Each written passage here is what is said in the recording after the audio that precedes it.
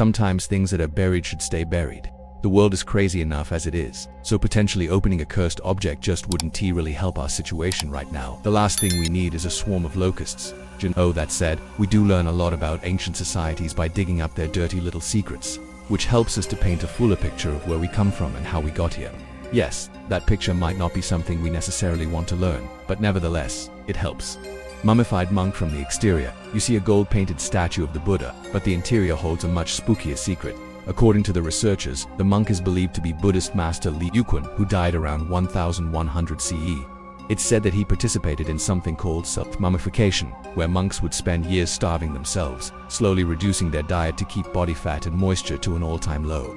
Once he was ready, he would be buried in the lotus position, eventually running out of air. The idea behind this process was to become a living Buddha, a form of reincarnation that was widely revered in Tibetan Buddhism.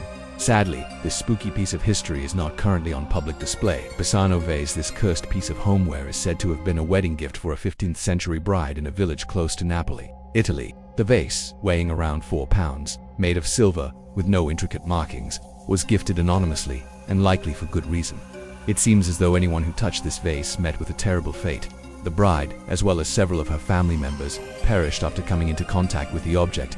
The family sealed the vase away, burying it on sacred grounds, until it was discovered again in 1988. Again, this curse struck a pharmacist, an archaeologist, before it was buried in an unknown location by a local police officer.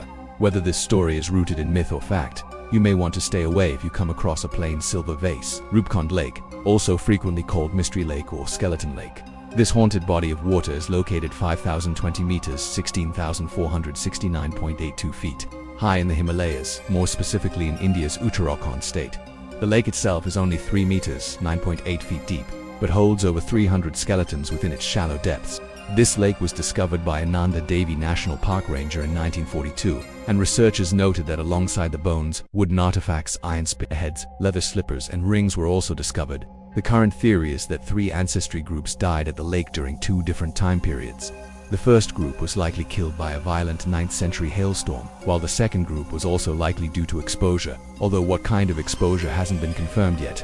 Sometime in 1800 CE regardless, this lake has become a popular tourism attraction for Himalayan hikers, but it has raised concerns regarding the preservation of these bones, as many hikers have taken a little something back with them. We shouldn't have to say it, but we will.